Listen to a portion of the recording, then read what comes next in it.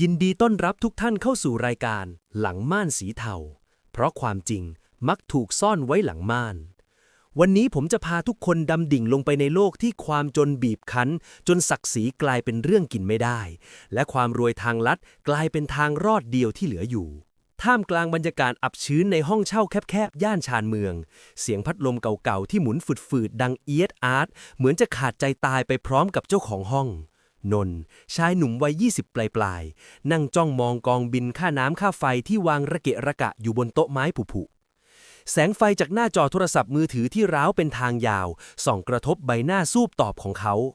นนท์กำลังตัดสินใจครั้งใหญ่ในชีวิตเมื่อเขาเลื่อนไปเจอข้อความในกลุ่มหางานลับๆที่เขียนว่ารับคนใจกล้ารายได้หลักหมื่นแค่มีบัตรประชาชนใบเดียวเสียงเคาะประตูห้องดังขึ้นเบาๆแต่กลับทำให้คนในห้องสะดุ้งสุดตัวนนท์เดินไปเปิดประตูด้วยมือที่สั่นเทาคนที่ยืนอยู่ตรงหน้าคือโก้เพื่อนเก่าที่ดูภูมิฐานขึ้นผิดหูผิดตาโก้ไม่ได้พูดอะไรมากนอกจากยื่นบุหรี่ให้1 มวนแล้วพ่นควันสีเทาจางๆออกมาก่อนจะเริ่มวิเคราะห์ความกลัวในแววตาของเพื่อนโก้บอกกับนนท์ว่ามึงจะมัวแต่นั่งดมกลิ่นความจนแบบนี้ไปถึงเมื่อไหร่งานนี้ไม่มีอะไรยากแค่ไปเปิดบัญชีธนาคารตามที่พี่เขาบอกแล้วรับเงินก้อนไปตั้งตัวมึงไม่ต้องทำอะไรเลยแค่ขายชื่อขายบัตรให้เขาไปจัดการต่อเรื่องกฎหมายนะเหรอโก้หัวเราะในคอพลางมองไปรอบๆห้องที่รกไปด้วยขยะ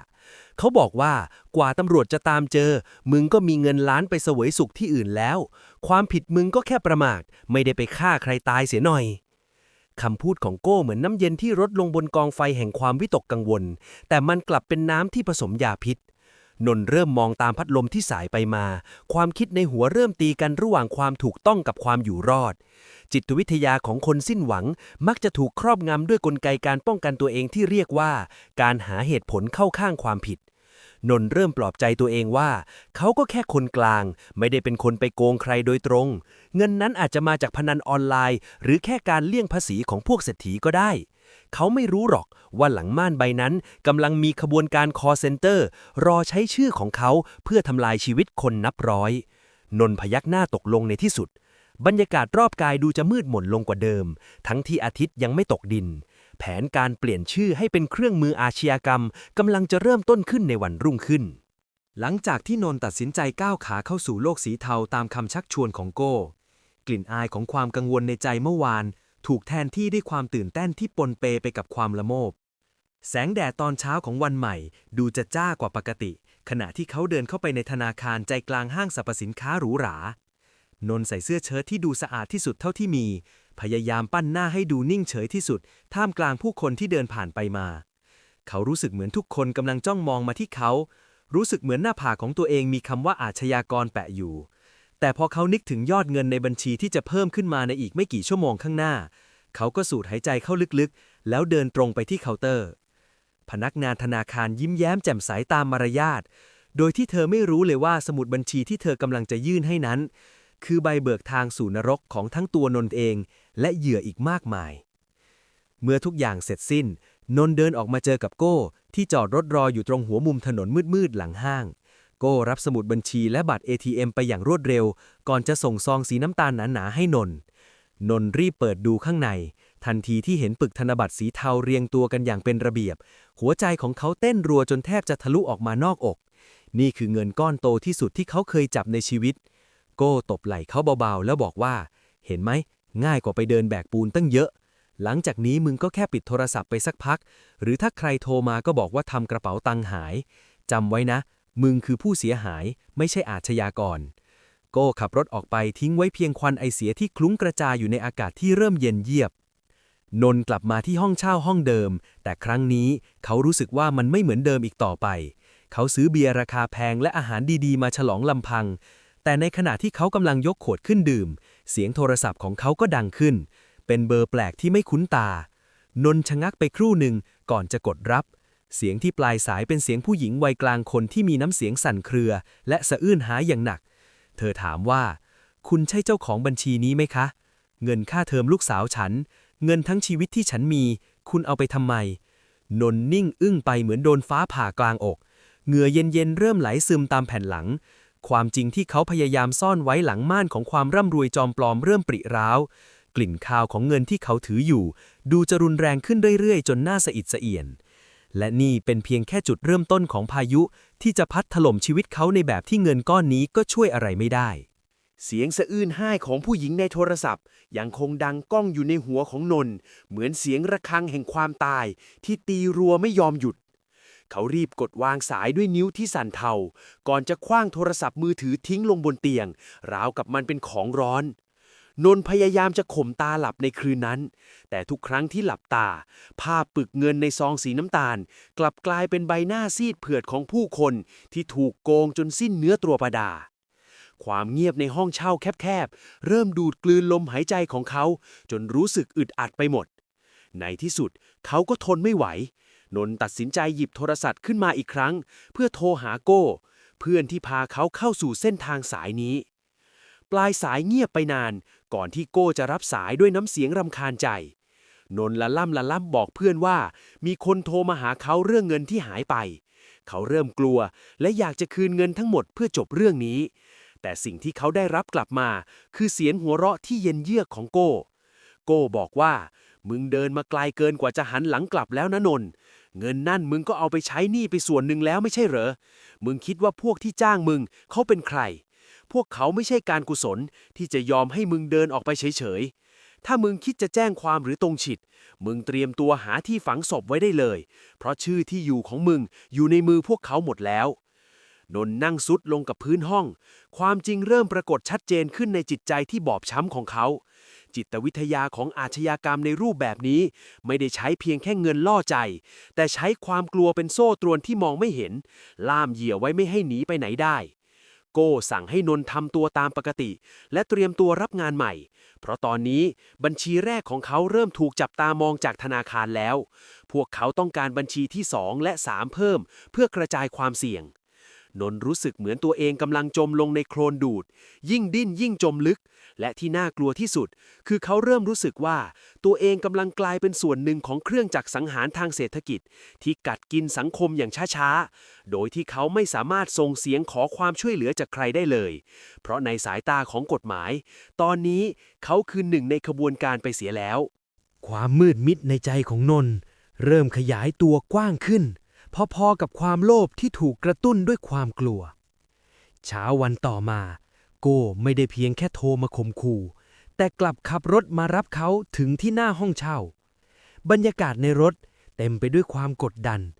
โก้พาเขาเดินทางไปยังตึกแถวเก่าๆในซอยเปลี่ยวแห่งหนึ่งที่นั่น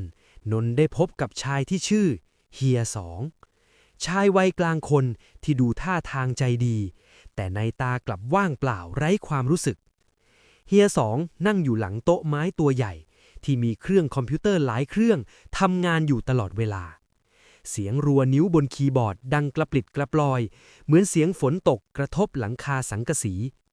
เฮียสองมองหน้านนแล้วยิ้มที่มุมปากก่อนจะวางเงินปึกใหม่ลงบนโต๊ะเฮียสองบอกกับนนด้วยน้ำเสียงเรียบๆว่างานนี้ไม่มีอะไรซับซ้อนแค่ไปเปิดบัญชีธนาคารเพิ่มอีก3แห่งแล้วเอาซิมการ์ดที่เตรียมไว้ให้ไปลงทะเบียนผูกกับแอปพลิเคชันธนาคารนนมองดูซิมการ์ดเหล่านั้นด้วยความรู้สึกขยะแขยงเขารู้ดีว่ามันคือเครื่องมือที่จะไปพรากชีวิตและทรัพย์สินของคนอื่นอีกกี่ร้อยคนแต่เมื่อเขาสบตากับเฮียสอง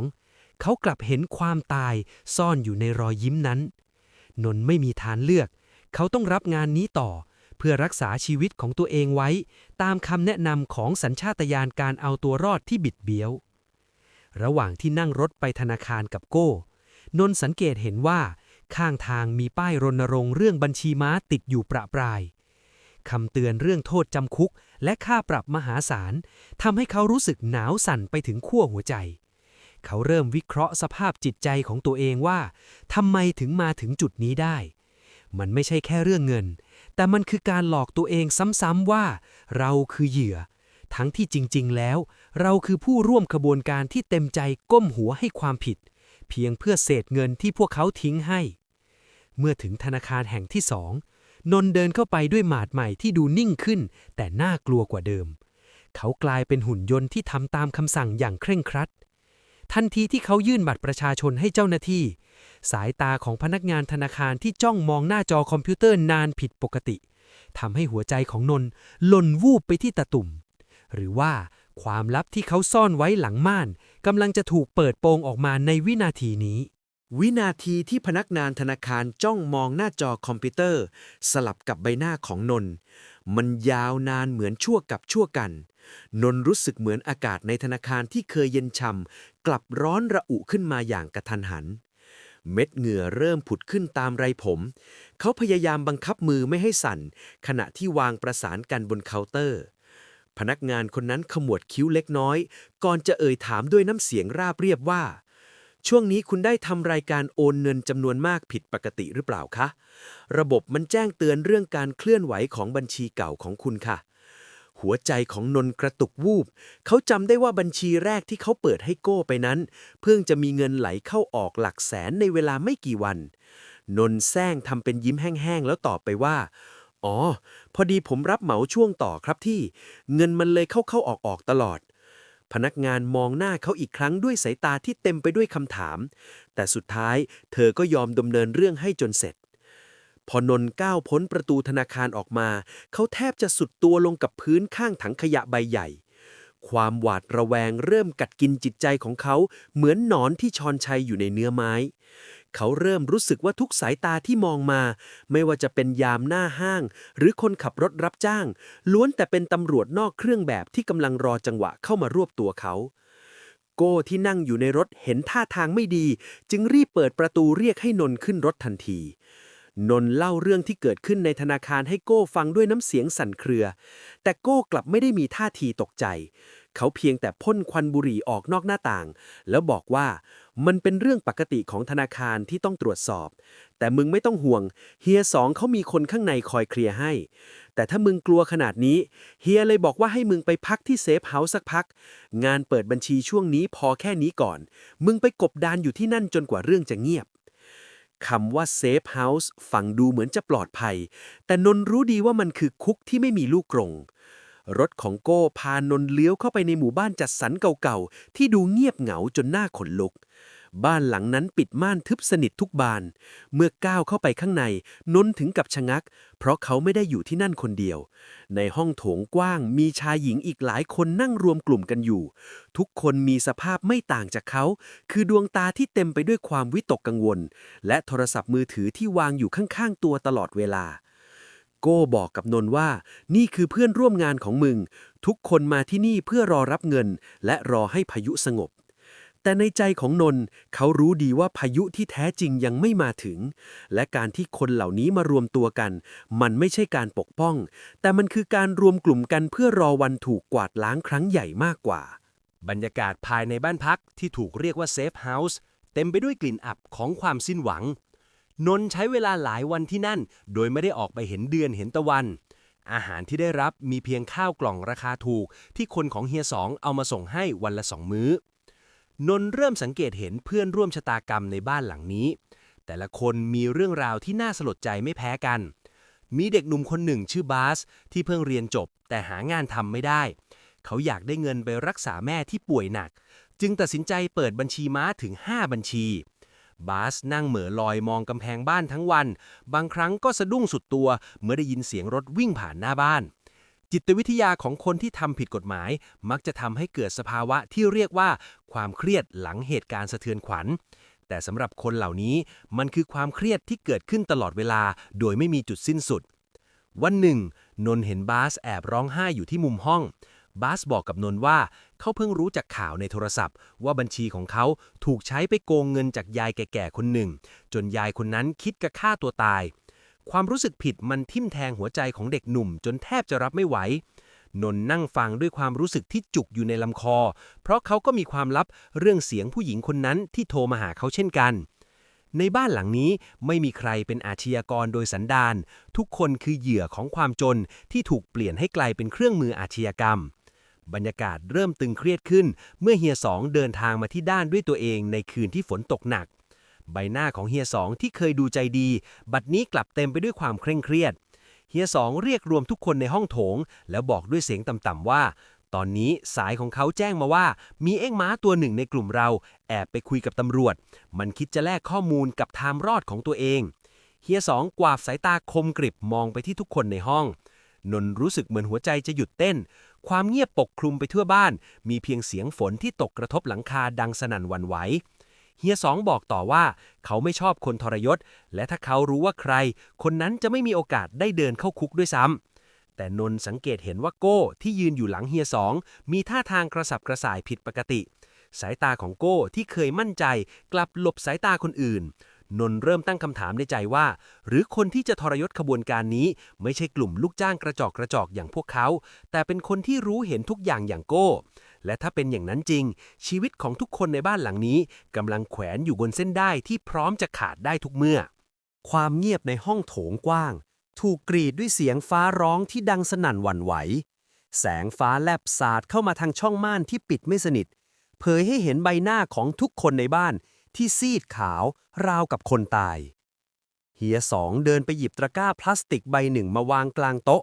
แล้วบอกด้วยน้ำเสียงที่เย็นเฉียบยิ่งกว่าน้ำแข็งว่าให้ทุกคนเอาโทรศัพท์มือถือวางลงในนี้ใครขัดขืนหรือซ่อนไว้ถือเป็นคนทรยศ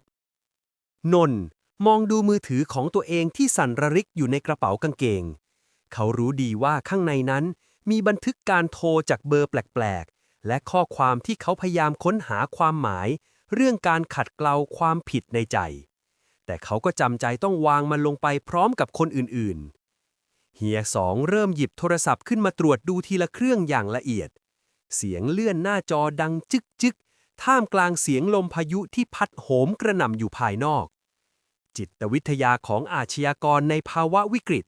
มักจะเปลี่ยนจากความโลภเป็นความโหดเหี้ยมเพื่อความอยู่รอดเฮียสองไม่ได้มองพวกเราเป็นคนอีกต่อไป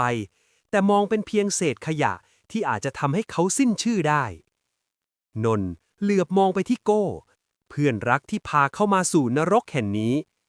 โก้นั่งก้มหน้าตัวสั่นเทาผิดกับท่าทางอวดดีในวันแรกที่เจอกันเหงื่อของโก้ไหลอาบแก้มจนเสื้อเชิ้ตราคาแพงเปียกชุ่มนนท์เริ่มสงสัยว่าความลับที่เฮียสองกำลังตามหาอาจจะซ่อนอยู่ในเครื่องของคนที่เขารู้จักดีที่สุดทันใดนั้นเฮียสองก็หยุดมือที่เครื่องหนึ่งเขาขมวดคิ้วแล้วเงยหน้าขึ้นมองกลุ่มคนที่นั่งอยู่ด้วยสายตาที่เต็มไปด้วยความแค้นเขาเดินตรงไปหาบาสเด็กหนุ่มที่นั่งอยู่ข้างๆนนท์แล้วกระชากคอเสื้อขึ้นมาอย่างแรงจนบาสตัวลอยเฮียสองตะคอกถามว่ามึงแอบแชทคุยกับใครในแอปพลิเคชันลับนี่มึงบอกว่ามึงไม่ได้ทำแต่ในนี้มันบอกว่ามึงกำลังจะนัดเจอใครบางคนเพื่อส่งมอบหลักฐานบัญชีทั้งหมดบาสร้องไห้โฮออกมาด้วยความหวาดกลัวพลางปฏิเสธแต่นนท์สังเกตเห็นบางอย่างที่ผิดปกติสายตาของโก้ไม่ได้จ้องไปที่บาสด้วยความตกใจแต่กลับดูโล่งอกอย่างประหลาดความกังขาเริ่มก่อตัวขึ้นในใจของนนท์หรือว่านี่คือการโยนบาปเพื่อให้ตัวเองรอดพ้นจากเงื้อมมือของเฮียสองความรุนแรงที่เกิดขึ้นต่อหน้าทำให้นนท์รู้สึกเหมือนโลกกำลังจะพังทลายลงบาสถูกลูกน้องของเฮียสองลากออกไปหลังบ้านทิ้งไว้เพียงเสียงกรีดร้องที่ถูกเสียงฝนกลบจนเกือบมิดนนท์นั่งตัวแข็งทื่อความรู้สึกผิดชอบชั่วดีในใจเขากำลังต่อสู้กับสัญชาตญาณการเอาตัวรอดอย่างรุนแรงเขาอยากจะลุกขึ้นไปช่วยเด็กหนุ่มคนนั้นแต่ขาทั้งสองข้างกลับไร้เรี่ยวแรงเหมือนถูกแช่แข็งในขณะที่ความวุ่นวายกำลังดำเนินไปโก้แอบขยับเข้ามาใกล้ๆนนท์แล้วกระซิบด้วยน้ำเสียงสั่นๆว่ามึงอย่ายุ่งนะนนท์เรื่องนี้มันใหญ่กว่าที่มึงคิดบาสมันซวยเองที่ไปอยู่ผิดที่ผิดเวลามึงแค่เงียบไว้แล้วเราจะรอดไปด้วยกันแต่นนท์ไม่ได้โง่เขาเริ่มประติดประต่อเรื่องราวทั้งหมดสายตาที่โก้มองมาที่บาสในจังหวะที่เฮียสองหยิบโทรศัพท์เครื่องนั้นขึ้นมามันคือสายตาของคนที่รู้ว่าพายุจะลงที่ตรงไหนโทรศัพท์เครื่องนั้นอาจไม่ใช่ของบาสตั้งแต่แรกแต่มันถูกสลับหรือแอบวางไว้ในที่ที่บาสต้องรับผิดชอบนนท์จ้องหน้าโก้ด้วยความรู้สึกที่เปลี่ยนไปเพื่อนที่เขาเคยไว้ใจตอนนี้กลับกลายเป็นคนแปลกหน้าที่น่ากลัวยิ่งกว่าเฮียสองเสียอีกเพราะความเลวร้ายที่สุดไม่ได้มาจากศัตรูที่อยู่ตรงหน้าแต่มาจากคนที่เดินเคียงข้างเราแล้วพร้อมจะแทงข้างหลังเพื่อความอยู่รอดของตัวเองจู่ เสียงเครื่องยนต์รถยนต์หลายคันก็ดังขึ้นที่หน้าบ้าน พร้อมกับแสงไฟที่สาดเข้ามาตามรอยแยกของผ้าม่าน เสียงประกาศจากโทรโขงดังฝ่าสายฝนเข้ามาว่า นี่คือเจ้าหน้าที่ตำรวจ ให้ทุกคนอยู่ในความสงบและวางอาวุธ เฮียสองสะบัดออกมาอย่างบ้าคลั่งแล้วสั่งให้ลูกน้องทำลายหลักฐานทั้งหมด นนท์เห็นโอกาสรอดเพียงหนึ่งเดียวในความโกลาหลนี้ เขาพยายามจะวิ่งไปหาบาสที่หลังบ้าน แต่โก้กลับคว้าแขนเขาไว้แล้วบอกว่า มึงจะไปทางนั้นทำไม ไปทางนี้ตำรวจรอรวบหมดแน่ ตามกูมา กูรู้ทางลับออกไปหลังหมู่บ้าน นนท์มองหน้าโก้สลับกับเสียงไซเรนที่ดังใกล้เข้ามาเรื่อยๆ เขาต้องเลือกระหว่างการหนีไปกับคนที่ทรยศได้แม้กระทั่งเด็กบริสุทธิ์ หรือจะยอมเดินออกไปเผชิญหน้ากับความจริงหลังม่านที่เขาเป็นคนร่วมสร้างมันขึ้นมาเอง เสียงไซเรนตำรวจดังกดดันเข้ามาทุกขณะ แสงไฟสีแดงน้ำเงินสลับกันวูบวาบ สะท้อนกับหยดฝนที่พร่างพรมลงมาไม่ขาดสาย นนท์ตัดสินใจวิ่งตามโก้ไปทางประตูหลังบ้านตามสัญชาตญาณการเอาตัวรอดที่รุนแรงกว่าความถูกต้อง ทั้งคู่ฝ่าดงหญ้ารกฉัดหลังหมู่บ้าน ความมืดมิดทำให้มองไม่เห็นทางข้างหน้า มีเพียงเสียงลมหายใจหอบถี่และเสียงฝีเท้าที่เหยียบลงบนดินโคลนจนเกิดเสียงเฉอะแฉะ โก้พาเขามาจนถึงกำแพงปูนเก่าๆที่มีรอยแตกพอให้คนมุดออกไปได้ ทันทีที่ข้ามพ้นกำแพงมาได้ นนท์กลับพบว่ารถคันหนึ่งจอสตาร์ทรถรออยู่แล้ว โก้รีบเปิดประตูรถแล้วกวักมือเรียกนนท์แต่ในวินาทีที่แสงจากไฟในรถส่องกระทบใบหน้าของคนขับ นนท์ถึงกับหยุดกึก ชายคนนั้นคือลูกน้องคนสนิทของเฮียสองที่เขาเห็นลากตัวบาสออกไปเมื่อครู่ นนท์เริ่มถอยหลังช้าๆ ความกลัวแล่นพล่านไปทั่วสันหลัง เขาหันไปมองหน้าโก้แล้วถามด้วยน้ำเสียงสั่นพร่าว่า นนท์มึงจะพาเราหนีจริงๆ หรือมึงจะพาพยานอย่างกูไปเก็บกันแน่ โก้หยุดนิ่งไปชั่วครู่ แววตาที่เคยขี้เล่นบัดนี้กลับเต็มไปด้วยความอำมหิต โก้บอกกับเขาว่า นนท์มึงมันรู้เยอะเกินไปแล้ว บัญชีที่มึงเปิดมันมีมูลค่าความเสียหายเป็น10 ล้าน ถ้ามึงโดนจับ มึงก็ต้องซัดทอดมาถึงกูและเฮียสอง มึงคิดว่ากูจะปล่อยให้มึงไปพูดเรื่องนี้ในศาลอย่างนั้นหรอ นนท์มองเห็นเงาสะท้อนของความเหี้ยมโหดในแววตาของเพื่อนรัก จิตวิทยาของคนเราเมื่อถึงคราวอับจนหนทาง มักจะแสดงท่าแท้ที่น่าเกลียดที่สุดออกมา โก้ไม่ใช่แค่เพื่อนที่แนะนำงานให้ แต่โก้คือส่วนหนึ่งของขบวนการที่ใช้เลือดเนื้อของเพื่อน เพื่อความอยู่รอดของตัวเอง นนท์รวบรวมพละกำลังทั้งหมดที่มี หันหลังวิ่งกลับเข้าไปในป่าหญ้า ท่ามกลางเสียงตะโกนด่าทอของโก้ และเสียงฝีเท้าที่เริ่มไล่กวดตามมา ความเงียบของยามค่ำคืนถูกฉีกขาดด้วยเสียงปืน1 นัดที่ดังสนั่นป่า นนท์รู้สึกถึงความเจ็บปวดที่แปลบขึ้นมาที่แขนซ้าย แต่เขาหยุดไม่ได้ เขาต้องหนีจากปีศาจที่เขาเรียกมันว่าเพื่อนมาตลอดชีวิต และในขณะที่เขากำลังจะสิ้นหวัง แสงไฟฉายกระบอกหนึ่งก็ส่องวูบเข้ามาจากทางฝั่งรั้วหมู่บ้าน พร้อมกับเสียงตะโกนสั่งให้หยุด นี่คือวินาทีสุดท้ายที่เขาต้องเลือกว่า จะเผชิญหน้ากับความยุติธรรม หรือความตายที่รออยู่ข้างหลัง เสียงปืนนัดนั้นเป็นจุดจบของมิตรภาพที่แลกมาด้วยผลประโยชน์ นนท์ซุดตัวลงกับพื้นหญ้าเปียกชื้น มือขวากุมแผลที่แขนซ้ายไว้แน่น เจ้าหน้าที่ตำรวจหลายนายกรูกันเข้ามาล้อมพื้นที่ไว้ได้ทัน ก่อนที่กลุ่มของโก้จะเข้าถึงตัวเขา นนท์ถูกคุมตัวกลับไปยังที่บ้านหลังนั้นอีกครั้ง บรรยากาศภายในบ้านบัดนี้เต็มไปด้วยความพ่ายแพ้ เฮียสองถูกใส่กุญแจมือไพล่หลังนั่งหน้าซีดอยู่ที่พื้นข้างโต๊ะทำงาน ส่วนบาส นนท์มองเห็นเด็กหนุ่มถูกหามขึ้นรถพยาบาลด้วยสภาพสะบักสะบอมแต่ยังมีชีวิตอยู่ ความรู้สึกผิดที่อัดอั้นอยู่ในใจมาตลอดหลายวันพังทลายออกมาเป็นน้ำตา นนท์ไม่ได้ร้องไห้เพราะกลัวคุกแต่มันคือการร้องไห้ให้กับความเขลาของตัวเองบทสรุปของเรื่องนี้เป็นกระจกสะท้อนกรรมที่ชัดเจนที่สุด เงินปึกใหญ่ที่นนท์เคยถืออยู่ในมือบัดนี้มันกลายเป็นหลักฐานชิ้นสำคัญที่จะส่งเขาเข้าสู่ห้องขัง สิ่งที่เขาคิดว่ามันคือทางลัดสู่ความรวยแท้จริงแล้วมันคือทางตรงสู่กรงขังและการสูญเสียอิสรภาพ นนท์ต้องเผชิญกับคดีอาญาที่มีโทษจำคุกหลายปีและที่เจ็บปวดกว่านั้นคือเขาต้องแบกรับความรับผิดชอบในความเสียหายของเหยื่อนับร้อยชีวิตที่ถูกพรากเงินเก็บทั้งชีวิตไปผ่านชื่อบัญชีของเขาจิตวิทยาของการยอมแลกคุกเพื่อเงินก้อนโตสอนให้รู้ว่าความจนอาจเป็นเรื่องน่าเศร้าแต่ แต่การขายจิตวิญญาณให้อาชญากรรมคือความล่มจมที่ไม่มีวันกู้คืนได้ ทางรอดเดียวของนนท์ในครั้งนี้คือการให้การเป็นประโยชน์และยอมรับความจริงทั้งหมด เขาเลือกที่จะเปิดเผยทุกซอกทุกมุมของขบวนการนี้เพื่อไม่ให้มีใครต้องตกเป็นเหยื่อเหมือนเขาอีก แม้ชีวิตหลังจากนี้จะต้องเริ่มนับหนึ่งใหม่ในสถานกักกัน แต่นนท์กลับรู้สึกเบาสบายอย่างประหลาด เพราะความจริงที่เขาซ่อนไว้หลังม่านได้ถูกเปิดเผยออกมาจนหมดสิ้นแล้ว เขาไม่ต้องสะดุ้งตื่นเพราะเสียงโทรศัพท์จากเหยื่ออีกต่อไป ไม่ต้องคอยหลบสายตาใครในมุมมืดของสังคม เพราะความจริงแม้จะเจ็บปวด แต่มันคือสิ่งเดียวที่จะปลดปล่อยมนุษย์ให้หลุดพ้นจากพันธนาการของความชั่วร้ายได้ในที่สุด พายุฝนเริ่มสงบลงแล้ว แสงรำไรของวันใหม่ค่อยๆลอดผ่านม่านเมฆสีเทาออกมา เหมือนเป็นสัญญาณของการเริ่มต้นใหม่สำหรับบางคน และการสิ้นสุดของบางสิ่ง ขอบคุณทุกท่านที่ร่วมรับฟังเรื่องราวที่เป็นอุทาหรณ์ในวันนี้